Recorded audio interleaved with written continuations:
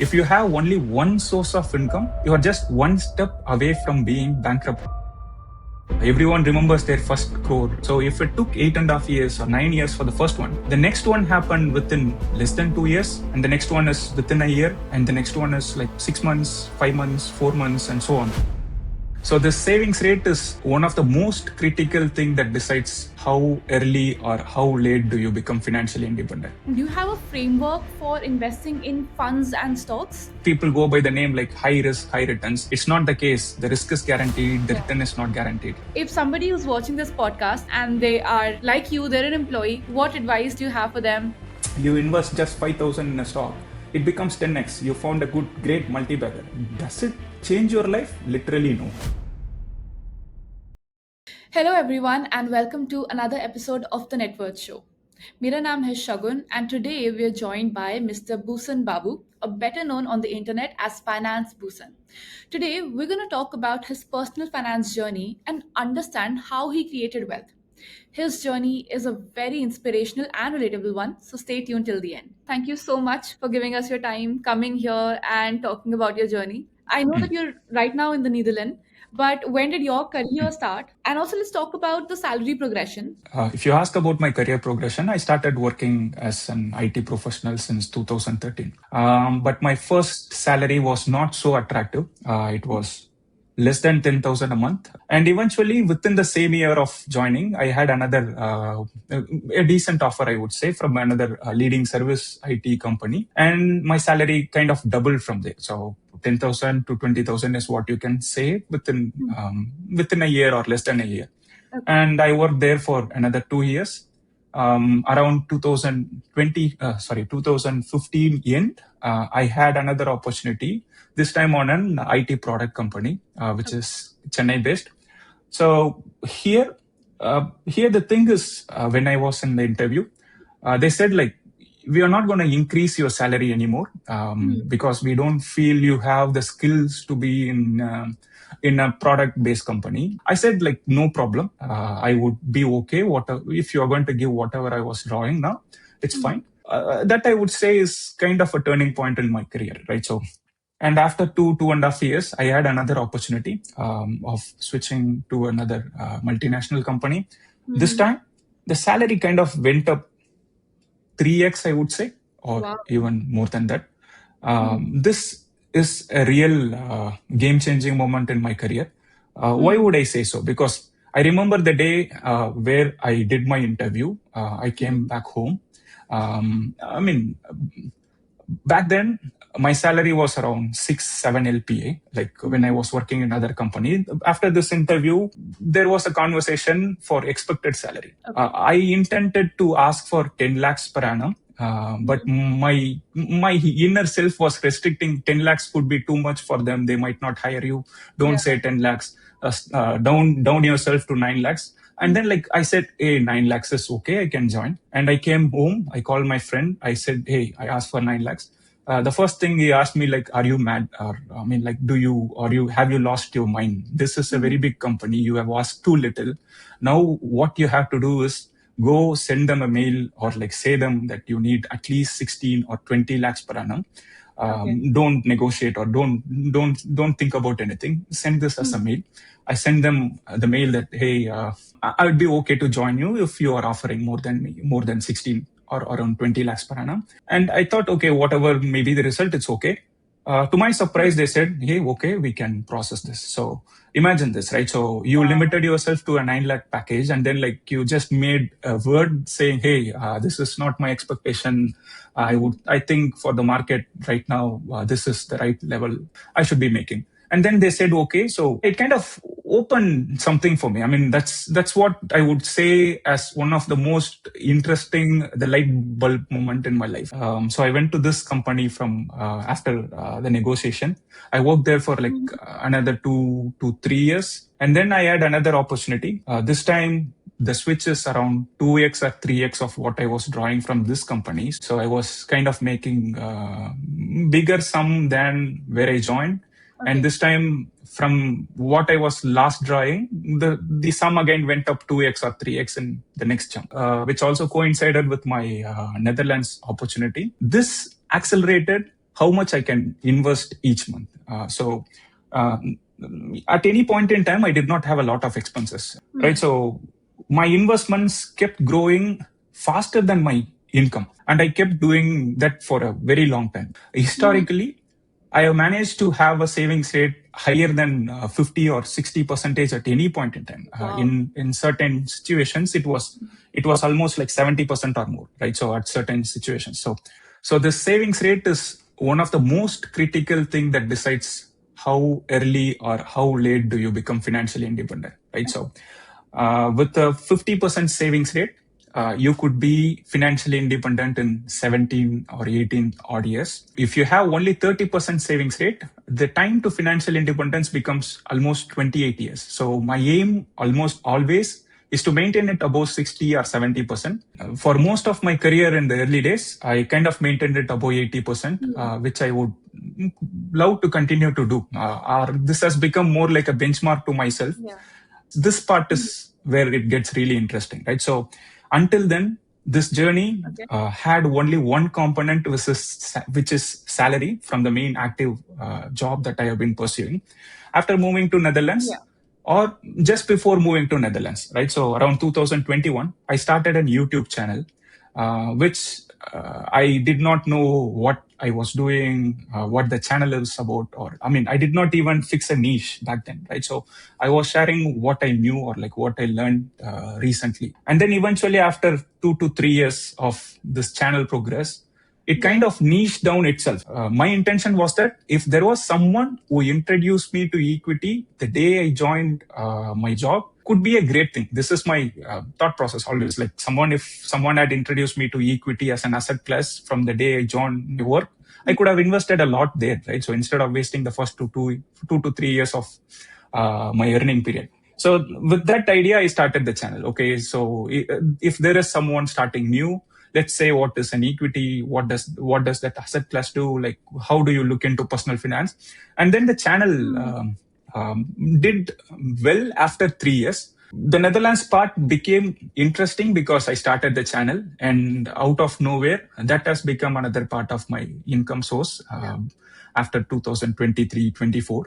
And it has become a little substantial part comparable to what I have been making with my regular job. And this is something that I have been always thinking since 2016 or 17. I always knew one thing, or like always think one thing, that if you have only one source of income, you are just one step away from being bankrupt or like getting into default, right? So, imagine you lose your job, you don't have anything, right? So I was very clear that you have to have other sources of income, which kind of started branching out since 2023, 24, 25, and so on. Like when I say these years, each year added different sources of income to my belt, I would say, because YouTube is a part, and YouTube introduced me to brand deals. And eventually my investment started making real good dividends or real good yields and real good returns over each year. So the source of income started increasing. And usually people look for returns from their portfolio. Without income flow, there is no investment. So more you earn, more you invest, and more returns you make. So your returns is a function of how much you invest. To invest more, you of course have to earn more. If you're not making your salary grow at least to a 7% year-on-year basis, you're actually earning less than what you were earning last year. I would say this is like the journey of my professional on the professional front. So as we're sitting today, what is your net worth and what does your asset allocation look like? Around 2024 or 25, I would say I kind of crossed the 5 crore mark. And my aim of financial independence is simple. If you have 33x of your annual expenses ready as invested assets, you can consider yourself financially independent.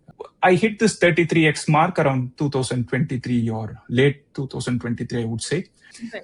At this point, if you want me to say what it would be, I can say around 70x or 75x of annual expenses or more. So there are two parts to asset allocation. So one is the ideal target which I intend to be, but also like the market conditions and the current state right now, right? So at this point, my asset allocation looks like 60 to 65% into equity. Again, the equity can be split into two parts. One is Indian equity, the other one is international exposure. And within Indian equity, I again split them into two parts, which is individual stocks versus mutual funds, right? So in India, I would say mutual funds is slightly above individual stock split. On overall, I would say the equity split is 60% or 65% of my entire portfolio. And I'm kind of having around 10 to 12% in debt instruments. Pretty much anything about debt, right? So debt mutual funds or fixed deposits or any debt component combined is 10 to 12 percentage, and around 10 percentage in gold and silver or like the commodity part, which again I prefer holding in mutual funds format or like ETF format where you buy gold ETFs or gold funds. So that constitutes around 10 to 12 percentage. And on cash, at this point, I think I'm around 10% or more than 10% cash. The rest is other asset categories like crypto and so on, which constitutes much lesser than 5%. With respect to net worth milestone, I did not have anything very specific. Of course, everyone remembers their first crore that's made, right? So this happened to me around like 2021 or 22, or I don't know exactly, but it could be between 2021 and 22, right? So that's where I hit my first crore. If you count the years to first crore, it is from 2013 where I went to job, and 9 years or like approximately 8.5 years is where the first crore came in. Of course, I remember the first crore milestone, but did it change my life in any meaningful way? Like, did it improve my lifestyle or like I started doing something different? No, there is nothing different about it, right? So it's more of a number I can see and I feel, hey, good, I achieved this mark. So this is a good feeling. But outside networks milestone, I would consider the job where I was able to make more than 10 lakhs per annum as another important milestone, right? So that kind of opened how we see money or like how we approach money. So when you hit this 10 lakh mark or like when you start making 10 lakh per year, that's where your thought process about money kind of changes, right? So you no longer worry about small stuff. You no longer look at small, I mean, like you don't concentrate about smaller charges or like how do I get discounts? How do I find coupons and these stuff, right? So you start focusing on, okay, I don't have to worry about my basics now because I have my emergency fund set. I think I can survive for 1 or 2 years of having no job. So it kind of frees you from the state where you are in money anxious mode, right? So you are kind of free to explore stuff, learn stuff, and take a little calculated risk and expand your investment territory. So I would say this mark is something that is important. And after that, the 1 crore mark, because that's like a reference for Indians, 1 crore is a big number. And from then, the next crores happened way too quick. I mean, I literally did not expect. So if it took like 8.5 years or 9 years for the first one, the next one happened within less than 2 years. And the next one happened less than 1.5 year. And the next one is within a year. And the next one is like 6 months, 5 months, 4 months, and so on. So it kept happening too fast because multiple engines started firing, right? So your active income is, I mean, like imagine, so you start with a very small salary, your active income grows faster. And then when you start adding engines to your passive income, it grows. And then like your investment itself starts contributing to it, right? So say, for example, if investments give you like every year, like 50, 60 lakhs extra, which is another easier contribution. So to make this 50, 60 lakhs in the initial year, it took like 7 or more than 7 years or something, right? So this is where I would say my net worth right now. Without giving a specific number, I can say I would definitely say much better than financial independence. If somebody who's watching this podcast and they are like you, they're an employee and they have let's say an average salary of 40 to 50,000 rupees, and they're just beginning their journey to financial freedom, what advice do you have for them? The first and foremost is getting your essential covered. So when I say essentials, you have to have always at least 6 months of your expenses saved up in liquid asset, right? So FD, RD, debt mutual funds or whatever that gives you money immediately, and they are mostly fixed income. They don't have market volatility. Open an RD, aim that this is my expense. I spend like 20,000 a month, so 6 months is 120. My aim is to make this 120 available somewhere. Forget this money. Forget that this money exists, right? So this is first step. And then if you are going to be the breadwinner of the family, you need a term insurance. Make sure you have one and take adequate coverage, like the maximum that the company can give you for the salary you make, take that one.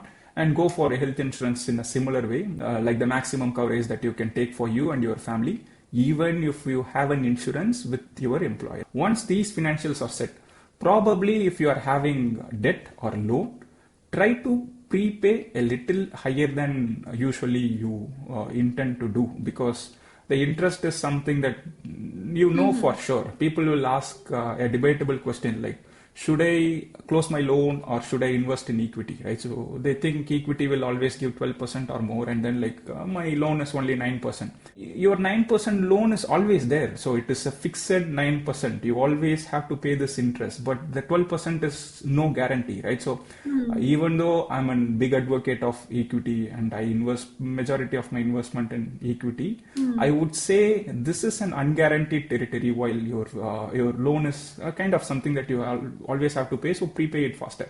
Once these essentials are ready, then you can go start investing. And when you start investing, do not chase thrill or kick. It's not what investment is about. Go find some decent mutual funds, probably the ones that are diversified. Also, I get to ask about like, give me a new mutual fund name. I mean, what is even the purpose of having a new mutual fund name to your portfolio, right? So the purpose of investing is to make returns higher than inflation. That's all. It's not about adding new funds every 6 months or 1 year. I would say stick to the basics, stick to the fundamentals, have decent mutual funds, build a stable core portfolio. And once you know that the portfolio is strong enough, then you start experimenting things. So income generation is the most important thing one should concentrate.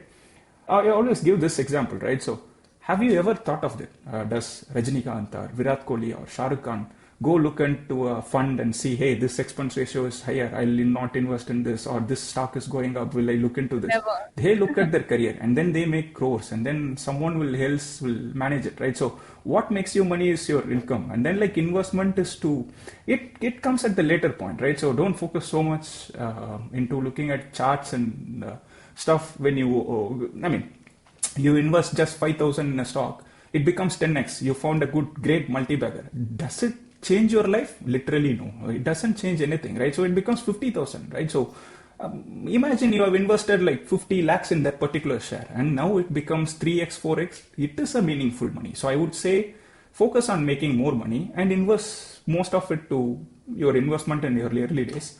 And I think that should be pretty much enough for any beginner who is getting started. Understood. Okay. And since you have an extensive exposure to equity, I'd love to understand, do you have a framework for investing in funds and stocks? Typical middle class mindset says protect your capital first, right? So I still go by that, right? So protecting capital is the first priority, which means I want lesser drawdowns, but if the potential is higher, the instrument should reward me better. I'll give clear examples here. Around 2022, 23, and 24, there was a huge craze among small caps, mid caps, right? So those were the times I started reducing exposure to my small and mid caps. Of course, I had some exposure there. I came out fully. I did not time the top. It was indeed not the top. Even after I exited, the small and mid cap rally went a little higher. Okay. But since then, I did not enter until I start feeling there is some valuation comfort there, right? So, which means if something is going up, it doesn't mean you have to chase them. And the result is very clear, right? So, since 2024, the small cap index or mid cap index is at 15% lower than where it was trading, right? So, lesser risk, which is not exactly true in case of equity. Equity itself is a riskier instrument.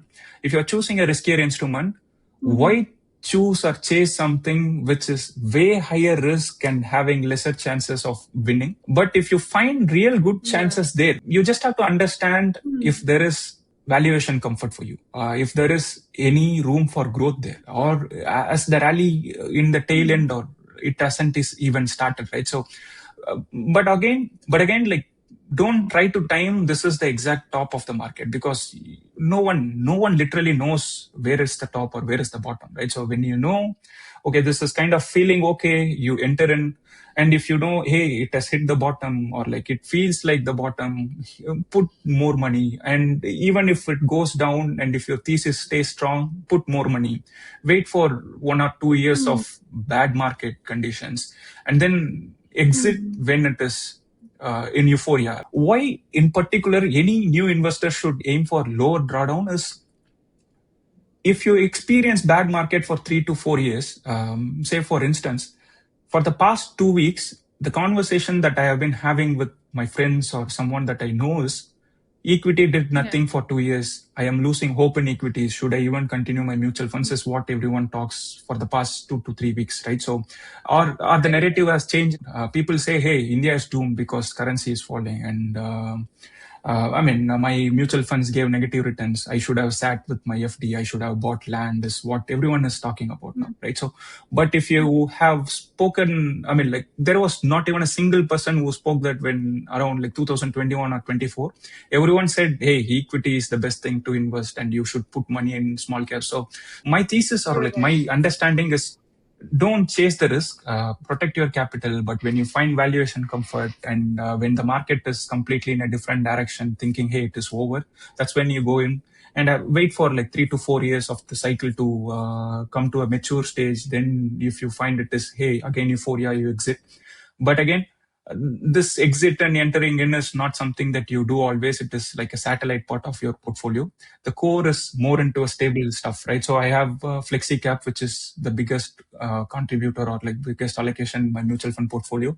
And I have certain indices, and also commodity based, or like gold, silver based mutual funds, which I consider as the core thing.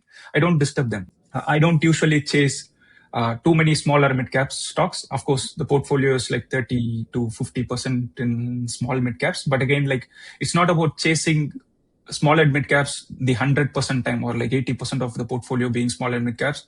There is literally no proof that small and mid caps are going to give you like higher returns. And people go by the name like high risk, high returns. It's not the case. The risk is guaranteed. The return is not guaranteed, right? So keep your drawdowns lower, go for quality names, good businesses, and leave it for years together. And then you make money is the simplest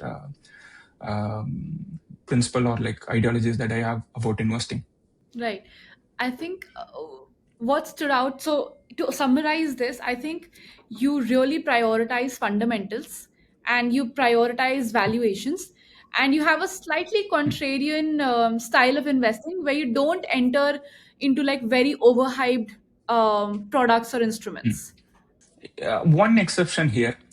Sometimes market can stay irrational for a longer time, right? So around 1.5 year back, when Nvidia had its holy run, like it went so great, and there was craze among semiconductor and AI.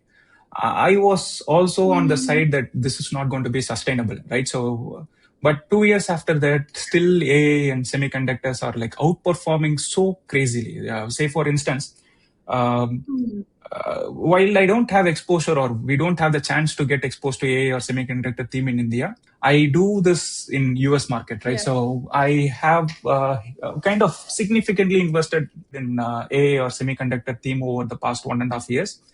And this has given crazy returns, more than 100% returns in a year or something. So I'm not saying you avoid it fully. Of course, we cannot avoid it fully. If you know what you're doing, do it in a small capital, which is self-contained portion of risk exposed to, okay, I know this is happening, and I know the capital might be at risk, but I feel there is some more leg to it. Let me go participate, and then like trim it when it is too euphoric. I started trimming my AI and semiconductor exposure very recently, and I'm still doing it in a staggered way. And staggering my investments is another approach I usually take. So I really do not know where is the bottom, where is the top, or literally no one knows. If someone says otherwise, you should not believe them, right? So I start at an entry and I go slowly when it falls, and then like when I find, hey, it has fallen so deep, I should put in more money, I start adding more. And similarly, I stagger my exits because I don't know when or where is the top. So when I feel, hey, it is kind of overrun, start reducing maybe one third of your investment, and then the remaining one third after a certain time, and remaining one third after a certain time. So you don't have to time here. You average out your entries and exits. Make sure that you invest more when you find value. So that's what, again, it boils down, like, ensure you invest more when there is value, right? So the instances where I was able to enter in US market is when the trade deal uncertainty was happening, as well as when there was the Iran US uncertainty, where the market itself gave you the opportunity or like chance to make entries, right? So those are the times usually people see red and start selling. So if we literally do the opposite of it, like when you see there is some deep bad thing happening, put in more money, wait for a few months, few years, then you make like exits timed or staggered slowly. So, considering that the markets are so volatile, how often do you review your portfolio? How often do you rebalance, your investments? If we look at rebalancing, I would say rather than having a specific fixed interval, I would look at the deviation. So, say for example, if I intend to have 65% in equity, if it goes beyond like 5 or 6% up or down, which means the rebalance trigger is there, right? So, I'll give a good example, right? So, silver and gold is also a core part of my portfolio where I go for 10 to 12 percentage. When the silver and gold rally was shooting up around January, they kind of went up too high too quick, right? So that kind of triggered or warranted a rebalancing, right? So actually, I did not try to top or like see, hey, this is where I should buy, this is where I should sell. So when I see the rebalancing or like the portfolio getting deviated from the ideal state I intend to be, I kind of sell them and move to where it is lesser. So that way I got lucky in selling silver around January. Like I did not sell fully. I sold what I think is excess, which kind of preserves your profit as well. So if you ask me about rebalancing, so it's mostly not 3 months, 6 months, 12 months thing. It's more of the deviation that I have, around 5 to 10% deviation from the intended allocation triggers it, and I move from one thing to the other one. What was your and your family's relationship like with money while you were growing up? Being a first generation investor, I would say there was no real experience from the family side on money. But I would say some good aspects of money handling has come from my family. Particularly, my father is very keen about not having any loans or no debts. So, which helped him a bit, even though he's not making a lot of money or he doesn't know anything about investing. Having no debts has definitely helped the family. And that's a core principle that probably I inherited from him, right? So that's a good thing that I inherited. For most of the middle class families, protecting your capitals or preserving your capital is the most biggest priority, right? So my first investments were pretty much into post office schemes. So because that's what I learned from my family, like post office scheme where you can go invest and it is pretty safe. And similarly, what else do you know is the regular FD from the banks, right? So, but then when I started investing, you go to job, you get certain salary, and then all of a sudden there comes a part called as income tax. So you wanted to optimize for it, right? So that's how I would say my introduction or like my way of getting started to investments happened. So there is a scheme called as NSC in post office, which kind of comes with a 5-year lock-in. So you invest something there and you get tax-free benefit, right? So and then like you get back this tax. So you feel like, okay, I kind of saved tax. And that's how I got introduced to some kind of a saving or an investment mechanism. But later, after certain years, like after you make or like after you have been to job for first 3 or 4 years, then you start making a little more income, right? So after certain years, maybe like 2 to 3 years of working, you start to make a little more income, and then you start looking for actual investment opportunities. Even at this point, what I was looking for is a tax saving instrument, but this time on the equity side, which is called as ELSS. which was a real useful instrument back then. So it kind of gives you equity like returns and not equal like exact equity returns with the tax saving component, which kind of felt compelling to me. So I started with looking at what it means and then slowly eventually got into the equity side of it. So Okay. if you ask my journey, so if you ask my journey from family perspective or how it got started, I would say this is how it went. Right. Thank you so much. So I really hope the audience also derives a lot of insights from this conversation. And thank you, Boosan, for coming here and giving us your time. I mean, thanks for having me here. Like, it was really a nice conversation. And you too, thank you so much for joining in. I hope you like this conversation. Now, I'm going to see you in the next episode of The Network Show. So take care until then.